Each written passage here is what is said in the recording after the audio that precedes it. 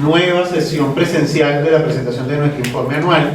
Las dos veces lo hicimos por una plataforma que empezamos queriendo y ya tenemos ciertas dudas de eso. La presentación de hoy va a ser, no vamos a presentar el conjunto del informe, inmediatamente terminemos la sesión, acá va a estar toda la publicación de los trabajos que están en nuestro informe en línea, y las personas que se anoten allí y que estén interesadas en recibir este informe de manera impresa, que va a estar a finales de mes, pues si nos dan su dirección se lo hacemos llegar, así que la versión impresa del informe. Bueno, rápidamente les presento quiénes van a hacer la presentación. La presentación la va a hacer María Isabel Rodríguez, quien ella es la coordinadora del programa de observación social de la situación de libertad de expresión, básicamente el programa que hace investigación o que coordina investigación en espacio público, y Eduardo, quien es oficial de proyecto del mismo programa, van a hacer la presentación. Vamos a presentar los datos correspondientes al año 2021 y además de eso vamos a tener un avance de los datos de enero a abril de este año. Y además de eso, uno de los trabajos que hicimos el año pasado y que también está publicado en línea es lo que nosotros llamamos un mapa de la situación de los medios de comunicación en Venezuela, es decir, un mapa de cuáles son los medios. Vamos a conocer algunos de los datos que nos da ese mapa, y que básicamente ese mapa refleja con claridad cuáles son las consecuencias de una política restrictiva en el campo de la libertad de expresión. Adicionalmente, probablemente hoy esperemos que podamos colocar en línea esta presentación para aquellas personas que estén interesadas en conocer y tener los datos y el intercambio que vamos a tener acá. Bueno, nada, María Isabel, yo creo que empiezas tú con la presentación. Muchísimas gracias.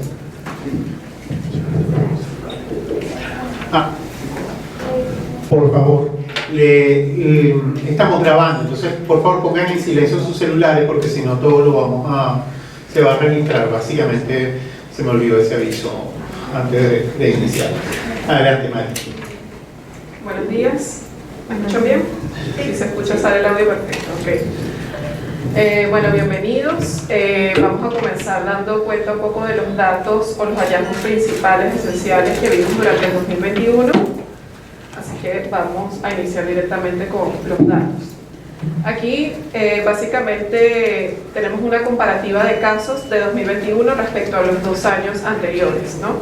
Tenemos 244 casos registrados en 2021, lo que indica una reducción de al menos 37% en relación a los datos de 2020. Vemos una reducción que va en picada desde 2019 hasta ahora. Si bien eso implica una buena noticia, en principio, que haya menos casos respecto a años anteriores, esto no indica que esté mejorando estructuralmente la situación. Para eso vamos a ver el contexto más en el histórico de al menos los últimos 10 años. ¿Qué tuvimos en los últimos 10 años? Bueno, en promedio, vemos por periodos cómo el promedio fue aumentando progresivamente. Entre el año 2002 y 2012, el promedio de casos era de 143. Luego, entre 2013 y 2016, incrementó a 268 en promedio los casos por año.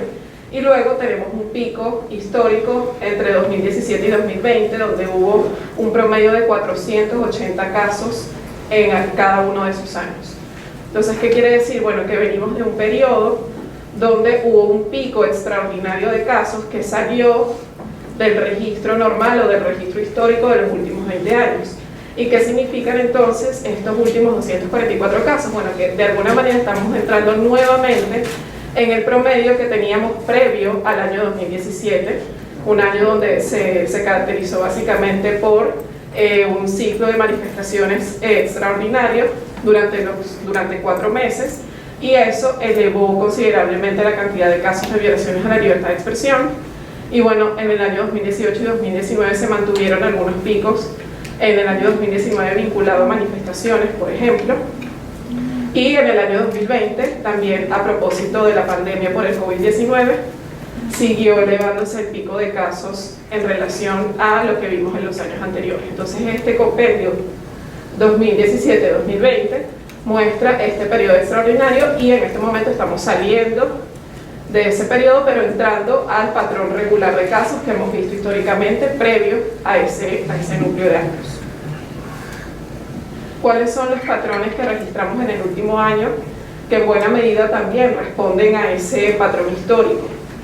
Bueno, el 34% de los casos están relacionados con intimidación, que es básicamente el impedimento de la cobertura periodística, principalmente, pero también el impedimento del registro de hechos de interés público, cuando no solamente las víctimas son periodistas, reporteros o comunicadores, sino también personas de a pie, ciudadanos que están por ejemplo, estaciones de servicio y registran situaciones fuera de lo normal y bueno, son atacadas o son reprendidas por cuerpos de seguridad, por ejemplo, ¿no?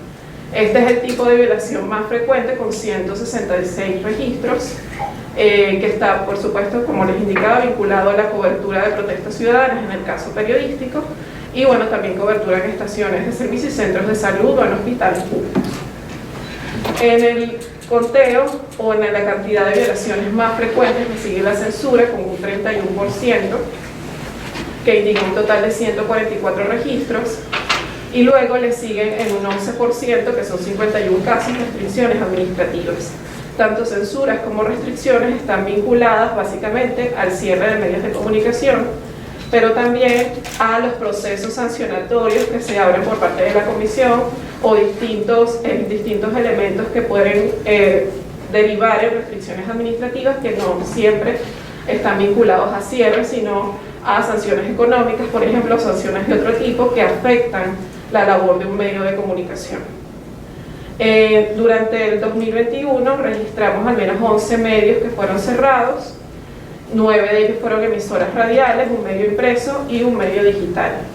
Eso solamente entendiendo que estos fueron cerrados de manera definitiva e indefinida. Siguiendo con los patrones que registramos en el 2021, bueno, se mantienen las detenciones arbitrarias.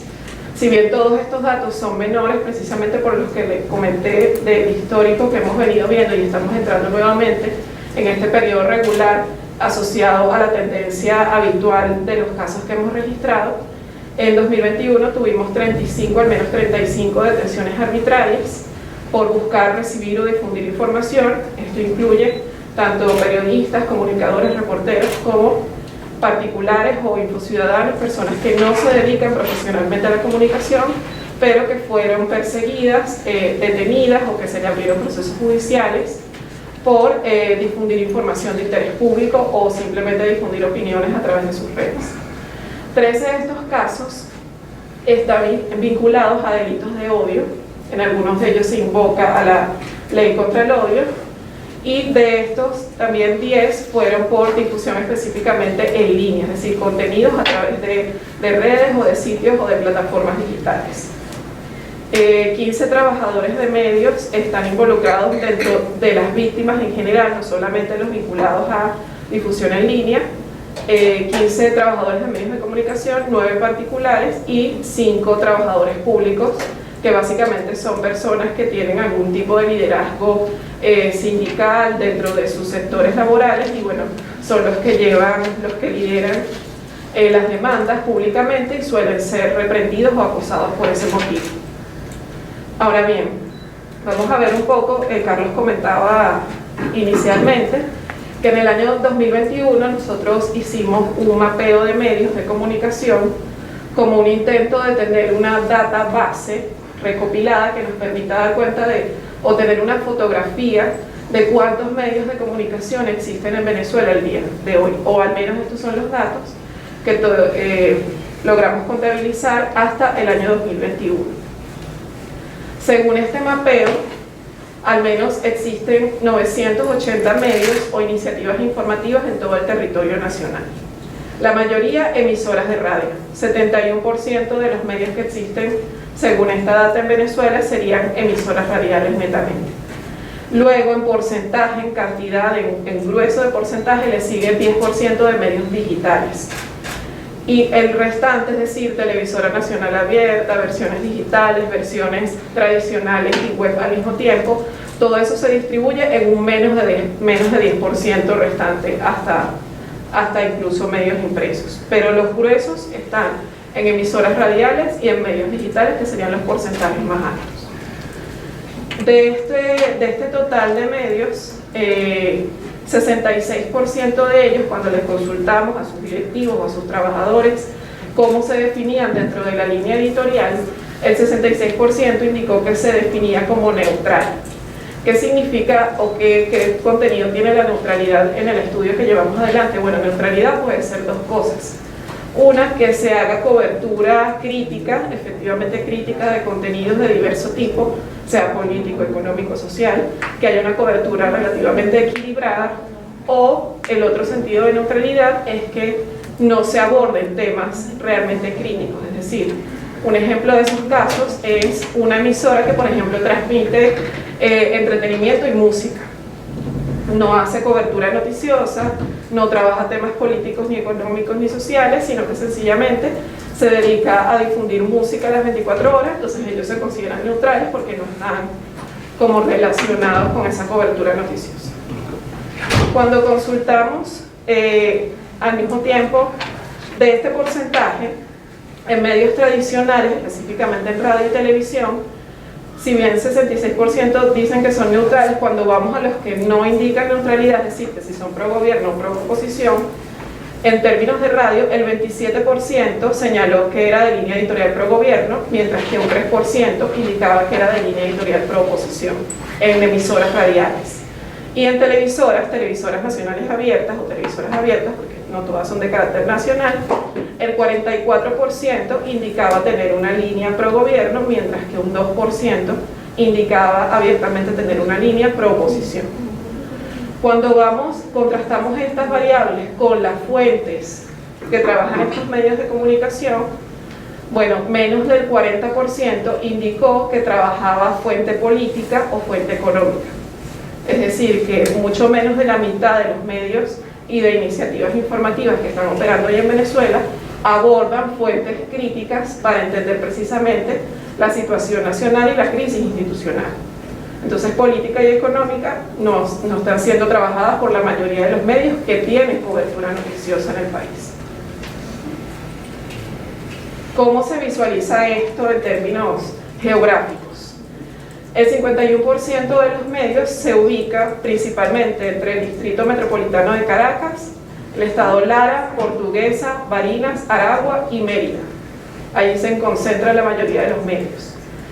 La mayoría de los medios digitales y televisoras nacionales, bueno, operan desde el Distrito Capital específicamente, y en relación a los medios impresos, existen, según esta data que hemos recogido, existen 21 medios impresos hasta hoy que circulan en solo 2 estados del país. Es decir, que básicamente en la otra mitad del territorio no existe producción local de medios impresos en sentido estricto. Entonces, allí en el mapa podemos ver en los que están más oscuros, los que están rojo, vino tinto, es ese 51%, son estos 5 estados y el distrito donde se concentra la mayor parte de la circulación de medios de comunicación hasta la fecha. Esto es un poco el panorama que hemos registrado en este mapeo de medios. Es un mapeo que van a encontrar a disposición en nuestro sitio web, un botón específico donde pueden filtrar ustedes mismos una serie de variables y ver y contrastar la información respecto a lo que fue recogido a nivel nacional. Y es una data que se pretende actualizar anualmente, es decir, esto va a ser una data que va a ir cambiando regularmente y que van a poder tener acceso y ver cómo va cambiando la situación. Algunos de los elementos que pueden sugerir esta data. Si nosotros comparamos este total de medios, 980 medios en promedio, a la data que existía hace aproximadamente 10-12 años, es parecida la cantidad de medios que existían en ese entonces. Entonces, lo que hemos visto, lo que vemos regularmente, es que existe una ida y venida, es decir, hay como una especie de cierre de medios, pero al mismo tiempo esas concesiones se redistribuyen nuevamente. Y eso es lo que mantiene la data de alguna manera similar en relación a periodos anteriores. Entonces, existe un patrón sistemático de cierre de medios de comunicación que se ha mantenido durante los últimos años. Bueno, de hecho, hace poco, incluso el fin de semana, hubo el cierre de un medio de comunicación. Entonces, siempre, a pesar del tiempo, siempre se repite con mayor o menor frecuencia el cierre de medios de comunicación, pero pasa esto, es decir, se cierran unos medios y se abren otros y por eso la data se sigue manteniendo de la misma manera. Entonces hay un cambio, hay un reflujo y también un cambio en relación al tipo de fuentes que se van manejando, es decir, hay un cambio cualitativo, quizás no cuantitativo, pero sí cualitativo de cómo se comportan y qué tipo de contenidos cubren hoy los medios de comunicación en relación a lo que se cubría hace 10 o 12 años. Gracias, Marisabel. Después quizás podemos comentar algunos elementos de estos datos. Los datos que estaba comentando Mari son de autopercepción. Le preguntamos al medio, ¿usted cómo se identifica? ¿Usted se identifica de oposición, neutral? Es decir, nosotros no estamos haciendo una evaluación de tipo cualitativo en relación a la línea de cobertura, sino que es autopercepción. Y eso es importante para entender la naturaleza de los datos. Y como bien decía Mari, eso está en línea y ustedes pueden filtrar allí la información por estado, por tipo de medio. Entonces, por lo tanto, y vamos a ir actualizando todos esos datos.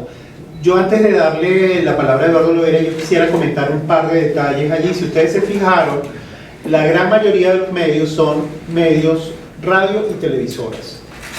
Y la radio y las televisoras están sometidas al mecanismo de censura más contundente, que es el de Conatel, porque Conatel es el que establece, por ejemplo, es el que administra el espectro eléctrico, pero por ejemplo es el que ordenó el cierre del emisor ayer, o en algunas ocasiones uno ve que hay cambios en la programación, es decir, se sacan programas que hacen cobertura de temas, son sacados de la programación, y ahí hay un subregistro, porque muchas veces cuando hablamos especialmente con periodistas o programas de las regiones, no nos quieren decir que lo sacaron por algún problema o por un determinado tema. Entonces ahí hay un subregistro. Lo que quiero decir con esto es que la mayoría de los medios están siendo sometidos a el control de Conatel, ¿no? Con procedimientos que no son necesariamente transparentes, claros. Nosotros, por ejemplo, estamos acompañando el caso de Radio Selecta, y Radio Selecta es una emisora que está en el estado Zulia, en Machiques,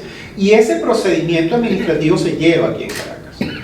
Y es toda una dificultad acompañar el proceso en términos de la gestión administrativa. Y lo que hacen, que ustedes pueden ver en muchas de las imágenes, que se llevan los transmisores. Se llevan las consolas y los transmisores para imposibilitar que estas personas puedan, y además es una suerte de confiscación porque no hay argumentos para hacerlo. Y después el otro elemento que están en los datos allí, si ustedes ven, el 10% son medios digitales. Eso quiere decir que en Venezuela debe haber alrededor de 98 medios digitales. Estoy hablando a partir de los datos que están allí. ¿Qué es lo que ocurre con los medios digitales? Si bien los medios digitales no tienen un mecanismo de control establecido por Conatel, hay un mecanismo que sí aplica Conatel, que es el de los bloqueos, ¿no? Y entonces uno puede estimar que en torno a 30, 35 medios están bloqueados en Venezuela, lo cual hace que las personas, para acceder a esa información, tienen que hacer un esfuerzo adicional, tienen que utilizar un VPN, o sea, tienen que vencer ese obstáculo para acceder a los medios. Lo que quiero decir con esto es que ciertamente ahí hay una consecuencia muy fuerte en este ecosistema, que es un ecosistema profundamente debilitado. Por ejemplo, cuando ustedes ven allí los periódicos que están circulando, en Venezuela había 100 periódicos a nivel nacional. Algunos medios regionales tenían una impresión superior a los medios considerados nacionales, que eran medios caraqueños más bien, ¿no? Pero para un zuliano, el Panorama era el diario, o para un oriental era el Tiempo de Puerto La Cruz, o es el Carabobeño en el caso de Valencia, o era el Impulso en Barquisimeto. Eran medios con muchísima fuerza que básicamente se han convertido en plataformas digitales porque no están circulando con la misma intensidad y frecuencia. Vamos a pedirle a Eduardo que complete la información con los datos que tuvimos en este primer cuatrimestre, y después voy a comentar algunos otros detalles. Sí, ¿se escucha? Ahora sí. Okay. Bueno, buenos días a todos. Si bien con relación a la situación del derecho de libertad de expresión entre enero y abril, cabe destacar un par de cosas antes de iniciar. La primera es que, bueno, son algunos aspectos diferenciadores con relación a los años anteriores. La primera es que, bueno, las medidas impuestas por la pandemia hace 2 años ya se han ido diluyendo, ya la realidad es otra a pesar de que el COVID sigue presente, pero ya no hay restricciones de movilidad para los periodistas como lo hubo en 2020, por ejemplo, ni otro tipo de restricciones que limitaron el derecho, digamos, durante todos estos años, o estos 2 últimos años de pandemia. Y por otra parte, quizás la desvinculación de la agenda política con la conflictividad social, que eso es un elemento diferenciador con el año 2019, cuando tuvimos un primer cuatrimestre bastante movido con temas de protestas y todo esto. Bien, este balance está consolidado hasta el 26 de abril, que fue cuando hicimos el corte para los efectos de esta presentación, pero bueno, vamos a revisar los casos. Tuvimos hasta la fecha 69 casos y 132 denuncias de violaciones. Vemos la distribución: en enero tuvimos 24 casos, en febrero 19, en marzo 20 y en abril 6. Estos números reflejan una disminución del 7% con relación al número de casos registrados durante el primer cuatrimestre de 2021 y una disminución con relación a las violaciones registradas durante el primer cuatrimestre del año pasado. Siguiente. Bien, la censura ha sido la violación más recurrente y más frecuente durante estos 4 meses, acumulando un 39% de las violaciones, lo cual se traduce en 52 registros, ¿no? Esto principalmente por 3 motivos. Por un lado, el agravamiento de la crisis eléctrica a nivel nacional. En el mes de marzo, Corpoelec anunció nuevamente un nuevo esquema de racionamiento eléctrico, un plan de, ¿cómo le llaman? Plan de administración de cargas, el PAC, lo cual ha agravado la crisis de la energía eléctrica, sobre todo en algunos estados como Mérida, Táchira, Zulia. Y bueno, obviamente ha limitado, ha tenido repercusión en las telecomunicaciones, ha limitado la tarea de algunos medios de comunicación como emisoras radiales, y bueno, obviamente ha agravado la situación en ese sentido. Por otro lado, tenemos las fallas de conectividad a Internet, lo cual deriva de lo anteriormente dicho, además de las fallas propias que tiene CanTV y otras operadoras privadas regularmente, que digamos es algo cotidiano casi. Y por último, el cierre de medios de comunicación, lo cual también es una práctica que tiene años ocurriendo, ¿no? Durante este periodo hemos registrado al menos 2 cierres de medios, sin contar el de este fin de semana que no entró en este corte. Bien, otras de las violaciones digamos, más frecuentes fueron la intimidación, la cual acumuló un 23% de las violaciones, y el hostigamiento verbal. En el caso de la intimidación, no lo mencioné, pero fueron al menos 3 registros durante este periodo de tiempo. Esto, en los casos de intimidación, están vinculados propiamente al impedimento de coberturas o al impedimento de desplazamiento o acceso a edificios, etcétera, que impide principalmente el ejercicio periodístico en nuestro país. Como mencioné, otra de las violaciones más frecuentes fueron es el hostigamiento verbal, el cual acumuló el 18%, lo cual equivale a 24 registros. Esto principalmente son descalificaciones o insultos que realizan funcionarios, por ejemplo, a través de televisoras públicas, etcétera, hacia medios de comunicación o periodistas. Con relación a digamos, las principales víctimas en este primer cuatrimestre, ubicamos a los periodistas con 43 registros, a la ciudadanía en general con 26 y medios de comunicación con 18, mientras que los victimarios más recurrentes fueron las instituciones del Estado con 34 registros, los cuerpos de seguridad con 11 y funcionarios públicos con 11. Para complementar esto, hay unos datos que no están allí, pero es importante destacar con relación a las detenciones. Durante estos primeros 4 meses hemos registrado y documentado al menos 5 detenciones, y así como se documentó la muerte de un periodista en el estado de Apure, que ocurrió hace un par de meses. En líneas generales, bueno, estos son como los números de este primer cuatrimestre, que si bien reflejan una disminución con años anteriores, con años recientes, como mencionó Marisabel, bueno, no quiere decir que eso esté bien o que la situación precisamente esté mejorando, porque bueno, los años anteriores también, como mencioné inicialmente, estuvieron marcados por agendas de protestas, por el tema de la pandemia, etcétera, que fueron situaciones que agravaron de por sí todo el contexto de la situación nacional. Muchas gracias. Gracias, Eduardo. Gracias, Eduardo. hay un elemento para entender un poco los datos. Tanto los datos del año pasado como los de este año indican que tenemos un caso cada 2 días. Es decir, un caso de asociado a restricciones a la libertad de expresión, uno cada 2 días. El segundo dato que conviene resaltar, y que es un fenómeno que se acentuó también durante la pandemia, es la persecución no solo a periodistas, sino a infociudadanos, es decir, personas que utilizan las redes sociales para distribuir información. Y eso hay que leerlo con los datos que aportaba Marisabel antes, con las consecuencias en el ecosistema digital. Hoy en día, el primer elemento que hay es que hay menos periodistas trabajando profesionalmente que los que podíamos tener hace algunos años. Ese es un elemento clave. Es decir, hoy en día hay menos periodistas, por ejemplo, para que ustedes se hagan una idea. En el Carabobeño había, no todos eran periodistas, pero trabajan 450 personas. Hoy en día el equipo de periodistas son una docena. Es decir, no todos los anteriores eran periodistas. Y los colegas periodistas me pueden afirmar o van a ver cómo en los canales hay menos personal, en los periódicos no están, en los diarios, por ejemplo en Caracas estaban diarios importantes que tenían equipos muy poderosos en cuanto al número de personas que estaban trabajando, hoy en día son mucho más pequeños.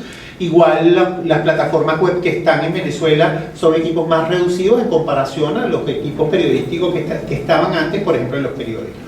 Lo cual, igual en las televisoras se ha reducido mucho el personal. Lo que quiero decir con esto es que no es igual un caso ahora, ¿no?, que porque el número de periodistas es menor, que un caso hace 5 años cuando el número de periodistas era mayor. Entonces, ese es un primer elemento hipotético en relación a por qué hay la reducción. Un elemento que para nosotros es una correlación directa es, en estos últimos 2 años, han pasado, no hemos tenido movilizaciones. Entonces, el nivel de movilización de calle es uno de los momentos de mayor riesgo para la cobertura de periodistas y fotógrafos o camarógrafos. Y eso se ha reducido en el último tiempo, tanto por el COVID como por la situación que se vive en el país, que no ha generado tanta movilización. Entonces, eso también es un factor, especialmente para la reducción de los casos de violencia o ataques a los periodistas a la hora de hacer la cobertura. Y después hay otro elemento que uno podría asomar como hipótesis, es, bueno, ¿hasta qué punto ha habido dinámicas de intimidación o de miedo? Porque un poco lo que hemos dicho en otros momentos es que toda esta lógica es tratar de que la gente se calle. En Venezuela no se callan, porque efectivamente si estamos documentando un caso cada 2 días, estamos hablando de que hay efectivamente gente que no se calla. Pero sí es cierto que puede haber algunos temas, por ejemplo, la consecuencia de estas políticas restrictivas en las personas que están en las emisoras de radio. ¿Qué temas son los que ahora no se escuchan en las emisoras de radio, no se hablan en las emisoras de radio? Pues eso son dinámicas de autocensura y eso tiene que ver con la posibilidad de que saquen el programa o sancionen el medio. Es decir, uno podría decir que la disminución de casos también podría tener hipotéticamente la lógica de que el miedo se haya instalado en algunos, ¿no? Entonces, como ven, hay distintos factores. En algunos casos nosotros los hemos demostrado, otros son sencillamente hipótesis de trabajo que podrían estar detrás de esta reducción de los casos, porque lo decía Mari al principio, decía, no ha cambiado estructuralmente la situación estructuralmente de la libertad de expresión en Venezuela sigue siendo la misma, es decir, no ha habido ninguna variación. Y el otro elemento que sí nos parece importante y lo hemos venido subrayando en los últimos 2 años es la aplicación recurrente de la denominada ley contra el odio. Esa ley contra el odio, que de alguna manera implica una persecución criminal para las personas afectadas, pues bueno, hay algunas personas que están sometidas a esa ley. El caso, por ejemplo, de la señora Olga recientemente, ella está procesada, ella está escarcelada, pero sigue su proceso judicial por hacer un chiste, ¿no? Es decir, estamos hablando de la utilización del poder del Estado venezolano, jueces, Ministerio Público, para perseguir un chiste. Me explico, es una desproporción, y eso no es la primera vez. Recuerden que uno de los primeros casos en los que se quería aplicar esa denominada ley contra el odio. Es el caso de los bomberos de Mérida, ¿no? Que hicieron un chiste, ¿no? Hicieron un chiste y ese proceso, por la información que nosotros tenemos, no se ha cerrado. Es decir, hay una dinámica de criminalización que perdura en el tiempo con la utilización de esta denominada ley contra el odio, y eso lo vimos con mucha intensidad y fuerza en estos últimos 2 años, y por supuesto, básicamente la apertura de un proceso judicial en Venezuela es básicamente en sí mismo es una condena.